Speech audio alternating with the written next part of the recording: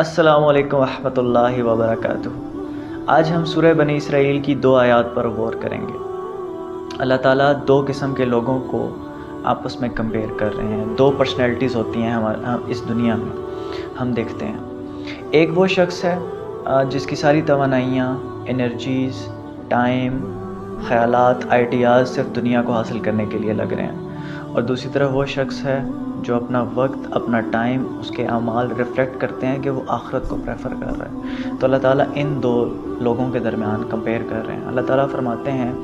کہ جو شخص دنیا ہی کا جلد فائدہ حاصل کرنا چاہتا ہے تو اللہ تعالیٰ جسے چاہتا ہے، جتنا چاہتا ہے، دنیا میں ہی جلد دے دیتا ہے،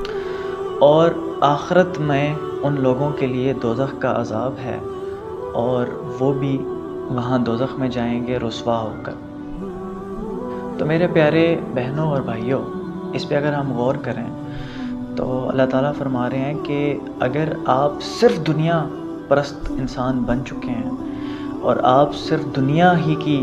مال و دولت، یہاں کی شہرت، عزت کمانا چاہتے ہیں تو اللہ تعالیٰ آپ کو دنیا میں عطا کرے گا، کیونکہ اسی صورت میں اللہ تعالیٰ آگے جا کے فرماتے ہیں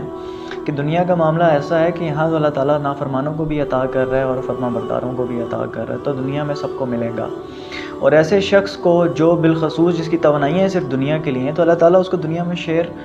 دے دیتا ہے، اس لیے دے دیتا ہے تاکہ آخرت میں اس کا جو شیئر ہے بالکل ختم کر دیا جائے، اور آخرت میں اس کے نصیب میں کیا ہوگی؟ دوزخ ہوگی۔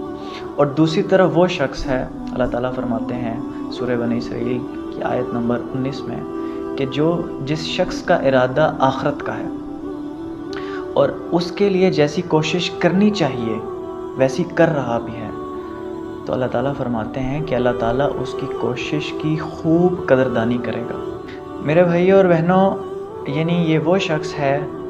جن کے اعمال یہ ریفلیکٹ کرتے ہیں کہ وہ آخرت کو پریفر کرتا ہے اس دنیا پر۔ اس دنیا کی چھوٹی اور ادنا زندگی پر وہ آخرت کے بینیفٹس اور جنت کو پریفر کرتا ہے، اور اس کا جو ٹائم ہے، اس کے جو اوقات ہیں، اس کی جو انرجیز ہیں، وہ اللہ تعالیٰ کے حکم پر عمل کرنے کے اوپر جو ہے وہ صرف ہوتی ہیں۔ تو ہمیں بھی اپنے گریبان میں جھانکنا چاہیے کہ ہم ان 2 پرسنالٹیز میں سے کس طرف ہیں۔ آیا ہم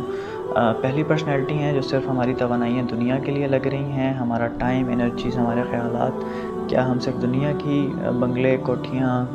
کاریں، پیسہ، مال و دولت حاصل کرنا چاہتے ہیں، یا ہم آخرت کو بھی پریفر کرنا چاہتے ہیں جو انعامات اللہ تعالیٰ نے رکھے ہیں؟ اللہ تعالیٰ آیت میں اگر اس پہ ہم غور کریں، آیت نمبر 19 پہ، تو اللہ تعالیٰ فرما رہے ہیں کہ ان کی کوشش کی اللہ تعالیٰ خوب قدردانی کرے گا، اور جب اللہ تعالیٰ خوب قدردانی کریں گے تو آپ اندازہ لگائیں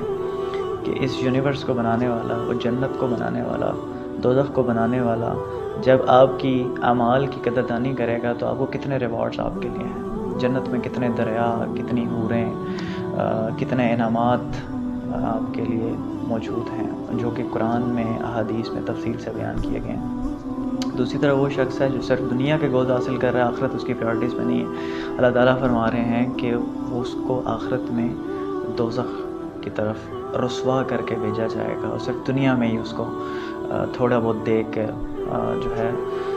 اس کو بھگتا دیا جائے گا۔ تو ہم نے فیصلہ کرنا ہے کہ ہم